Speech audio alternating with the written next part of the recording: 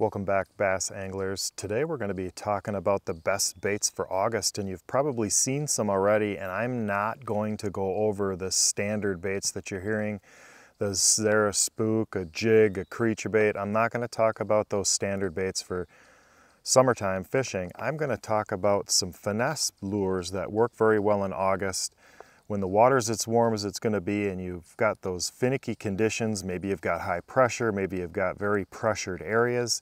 We're going to talk about some finesse techniques that will get you fish in August. So it's the warmest part of the season and fishing can be tough. Even though the fish are the most active during this time period, they can also really get locked down. There's a lot of fishing pressure. The warm temperatures may have them lethargic. There's frontal situations that might be making it difficult to catch fish when the barometer isn't right.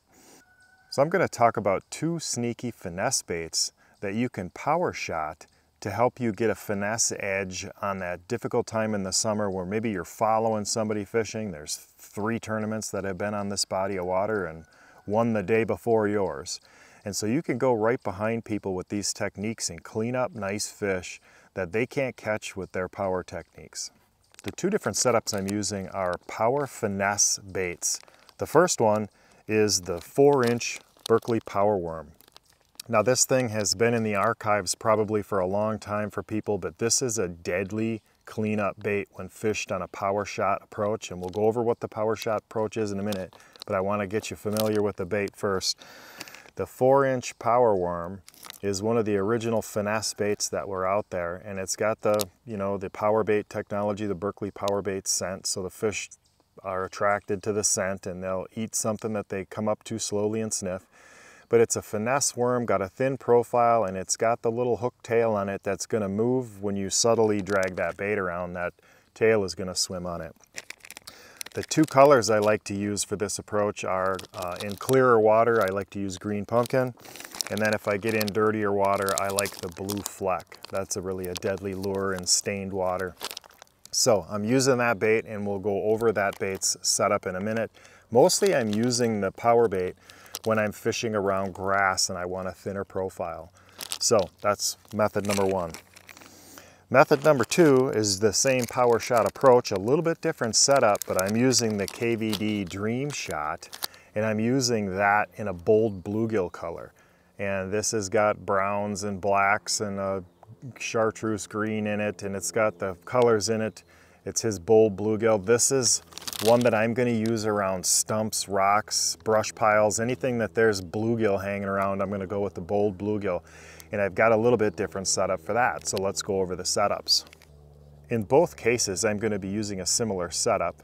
I'm going to be using a 15-pound mainline braid, reaction tackle mainline braid in a high-vis yellow. And then on my leader end, I'm going to be using 12 feet of 12-pound pink fluorocarbon line. And this pink fluorocarbon is very abrasion resistant, but it's still limber enough to do this finesse technique with, and you can drag it through weeds, you can bring it over stumps and around rocks and have it stand up and hold up and get the fish in the boat. So I use a 12-pound leader when I'm dragging this stuff around cover. And that's what you want to be doing, because in these high pressure situations, those fish are tight to cover and they're not swimming far for a lure. That's why having something a little above the bottom, 8 inches to a foot above the bottom, is about where you want to be with this technique. And you're trying to drag this thing right in front of their nose. They're not swimming far for a bait because of the pressure, because of the weather frontal conditions, because of the hot water. They're lethargic. So you want to drag something subtle and tempting and easy right in front of their nose. So the 2 setups for the weed setup, where I'm using the 4-inch Power Worm, I'm going to be using an owner cover shot hook, and I'm going to be using it in a size 1. And the reason I like this cover shot hook is it's very light wire, but it's very strong. So it's not going to overpower that worm, and the size 1 is about the right size for it. It's your main line, your weight's down on the bottom, and your hook is hanging off with the hook point up. And then what you're going to do with this worm is on the cover shot hook, there's a little nylon keeper on it, and you're going to rig that thing, go in just far enough to deal with that nylon keeper. Come down, get past the keeper, and then you're just going to Texas rig this thing. Pull it in past the nylon keeper. There it is. So the trick is you want to have this thing to the nylon keeper on the cover shot hook, and then you want to have that worm hanging as straight as possible on it. You get the best action out of it. Now that thin profile worm, with the weight being a cylindrical type drop shot weight, I like the 3/16 ounce. I'll use a tungsten 3/16. And then I'm dragging that, throwing that thing up with a power shot technique. I'm still using a spinning rod, but I've got the 15-pound braid and the 12-pound fluoro, the pink fluoro, so I've got a lot of abrasion resistance. I'm at an 8-inch to 1-foot drop, and I'm throwing this thing up into the areas that I would throw other power fishing baits, but I can't get those fish to bite. And so I'll bring this thing in and drag it. I'll fish it right behind people who are power fishing, and you'll definitely catch some fish that others won't.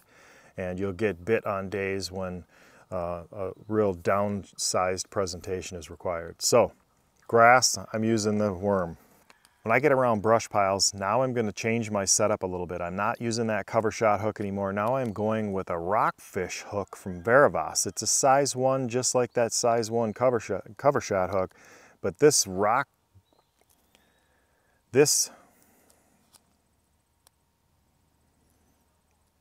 rockfish hook actually has an EWG hook, a stout EWG hook on it, and it's got a welded ring on it with a small swivel on it. And when I set that thing up on the cover shot, now I've got a stout EWG style hook, a welded ring and a swivel on it. I'm able to pull that through brush a lot better. I'm not ever having my knot from my hook break because I've got a welded ring there, and very rarely, very difficult to actually break the mainline tie on the swivel itself. So when I get around brush, I go a little beefier. But this ring gritter rockfish hook from Veravas Tackle has got nice applications to bass fishing. I'll set up my Bold Bluegill Dream Shot on the Veravas hook, and I'm drop shotting that just the same way. I'm casting in and around those brush piles, and I'm dragging that thing slowly by, shaking it, and this is a deadly bait, mimicking small bluegill, easy targets around brush piles.